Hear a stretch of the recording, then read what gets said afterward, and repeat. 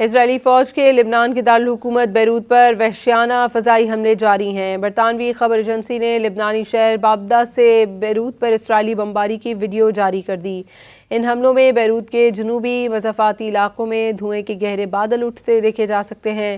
اس سے پہلے جنوبی لبنان کے شہر نبتیہ میں ایک گھر پر بمباری سے 6 افراد شہید ہو گئے تھے۔ شہداء میں ایک بچہ بھی شامل ہے۔ اسرائیلی حملوں میں شہید افراد کی تعداد 780 تک جا پہنچی ہے، جبکہ 1933 افراد زخمی ہو چکے ہیں۔